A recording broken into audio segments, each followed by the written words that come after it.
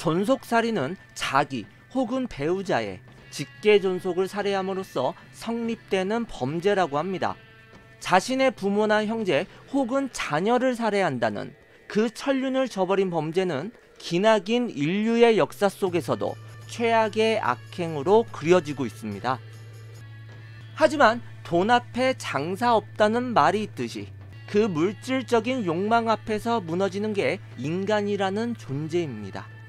욕망에 휩싸여서 하늘이 내려주신 그 섭리를 어긴 어느 살인사건이 미국 전역을 발칵 뒤집어 놓게 되었습니다. 1989년 8월 20일 자정을 넘긴 야심한 시각에 미국 캘리포니아주에 위치한 그 이름만 들어도 유명세를 떨치던 부자들의 도시 비버리 힐즈에서 한 통의 신고 전화가 그 다급함을 알려댔습니다. Were they shot? Yes. They were shot? Yes. What happened? What happened? Who is the person that was shot? My mom and my dad. Your mom and dad? My mom and my dad. Okay. 수화기 건너편에서는 경찰에게 상황을 알리는 젊은 남성들의 흐느끼는 울음소리가 뒤섞여서 들려왔습니다. 상황의 긴박함을 느낀 경찰은 신고를 접수한 뒤 비버리 힐즈의 어느 저택으로 출동하게 되었고요. 그리고 이 사진은 그 당시 경찰들이 찾아갔던 그 저택의 실제 모습이라고 합니다. 그 저택은 메넨데즈라는 중년 부부가 소유했던 집으로서 경찰이 도착했을 당시에 그들은 이미 싸늘한 시체로 발견되어졌습니다. 인상 좋아 보이던 중년 부부가 누군가에게 원한이라도 쌓았던 것일까요?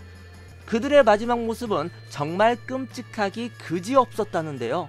두 사람 모두 다 근거리에서 여러 발의 총알을 맞아 사망한 상태로 밝혀졌기 때문이죠. 비극적인 마지막을 맞이했던 그들의 곁에는 어린 10대의 두 아들이 어찌 몰라 하며 오열하는 슬픈 광경이 이어졌습니다. 잔혹한 범행 현장을 조사하던 경찰은 이들 부부가 강도에게 저항을 하다가 살해된 것이다, 이렇게 판정을 지으며 초기 수사를 마무리하게 되었습니다. 그리고 4개월 뒤 이 끔찍한 범행을 저지른 그 용의자가 수사 당국에 의해 체포되어졌습니다.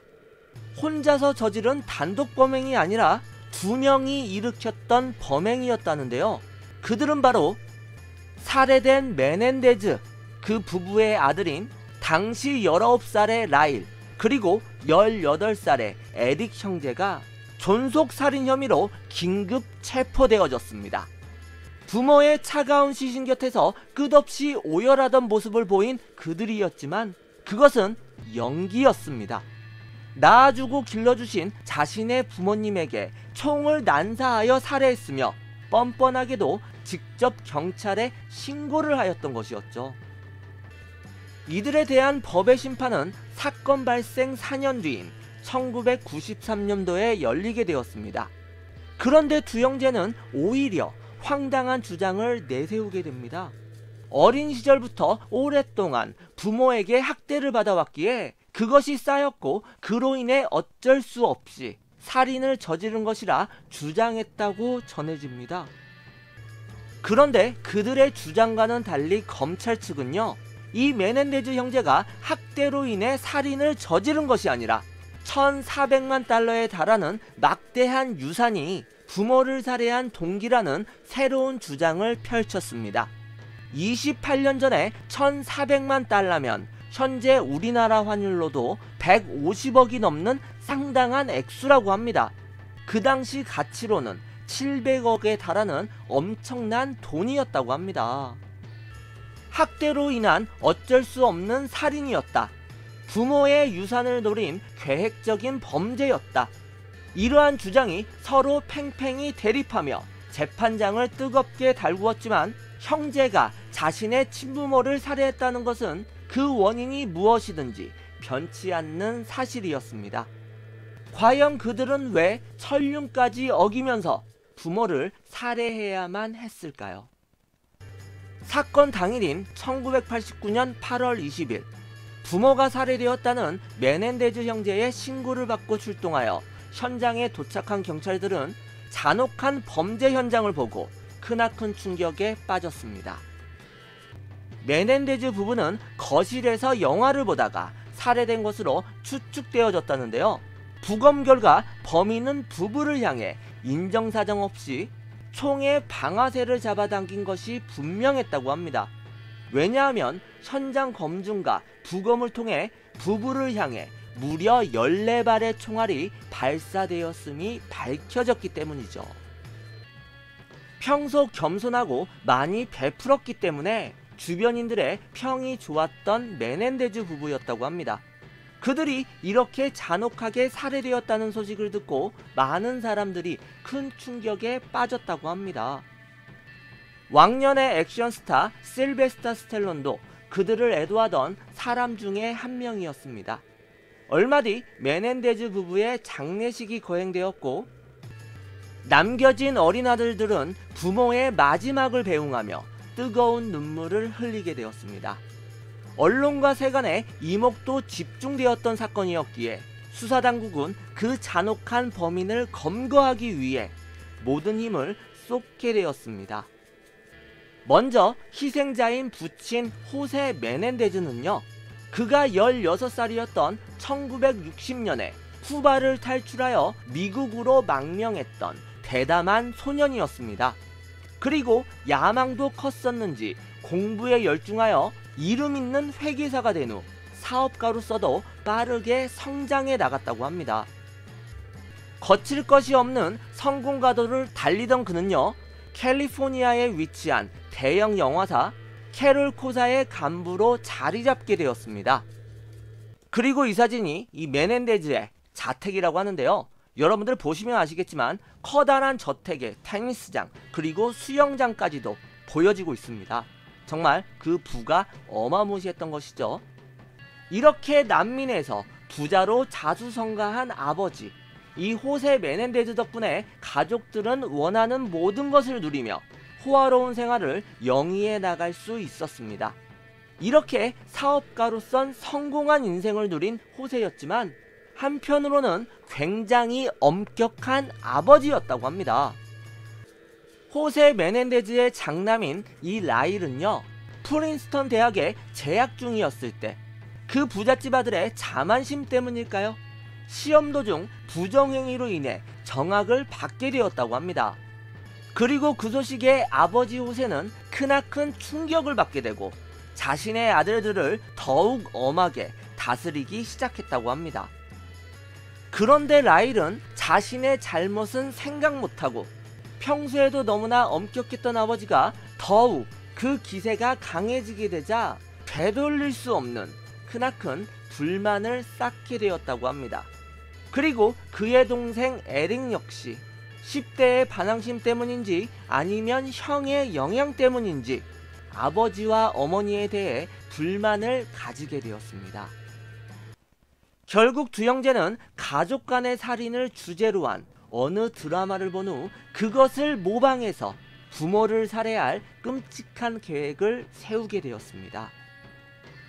하지만 여러분들, 아버지의 엄격함이 과연 그 존속살인을 저지른 본래의 원인이었을까요?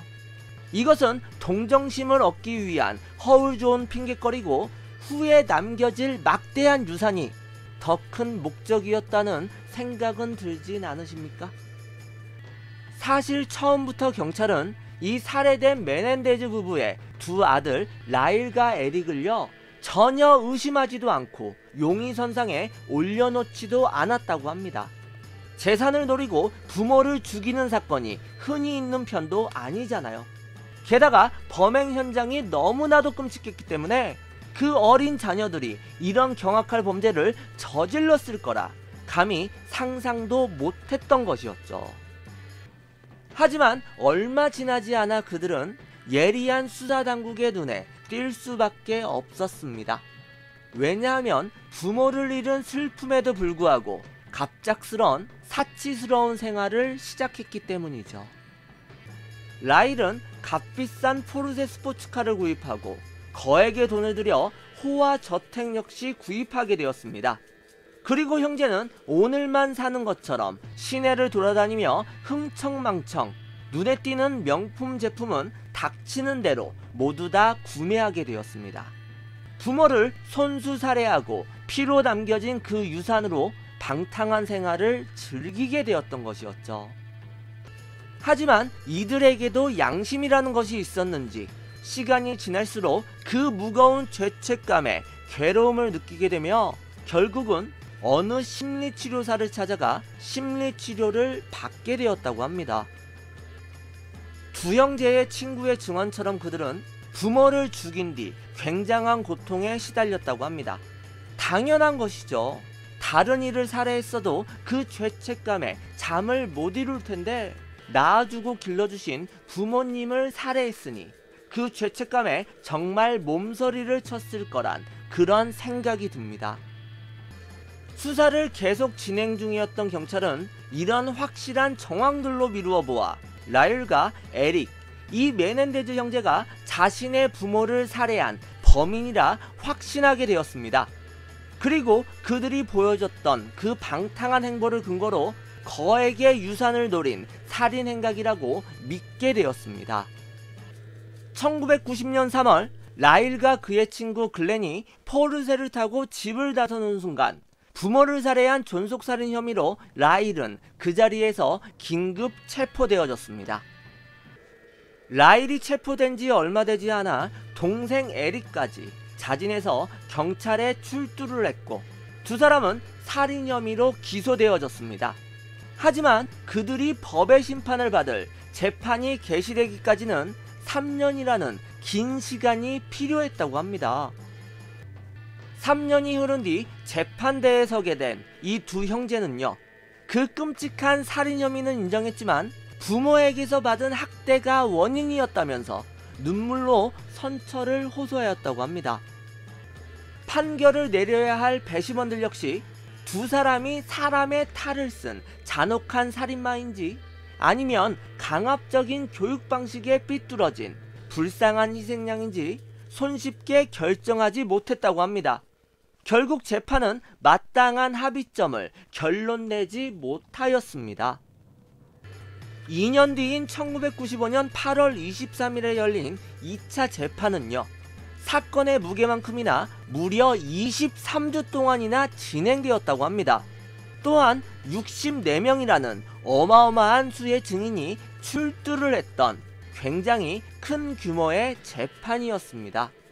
이번에도 그들은 거짓 눈물, 악어의 눈물을 흘리며 아버지의 학대를 그 살인의 원인으로 내세웠지만 이웃 주변인들의 증언은 메넨데즈 형제에게 매우 불리하게 돌아갔으며 그리고 그 죄책감에 못 이겨서 심리치료를 받았다고 말씀드렸잖아요. 그곳에서 상담을 하며 이것저것 털어놓았기 때문에 치료 결과를 위해 녹음되었던 음성자료가 결정적인 증거물로 채택되어지면서 결국 두 형제에게는 1급 살인죄가 인정되어졌습니다.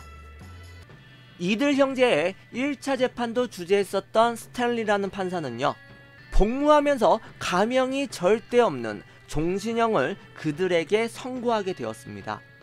돈에 눈이 멀어서 부모까지 살해한 이 무시무시하고 파렴치한 두 형제는 남은 평생을 끔찍한 죄책감과 싸우며 고통받게 되었습니다.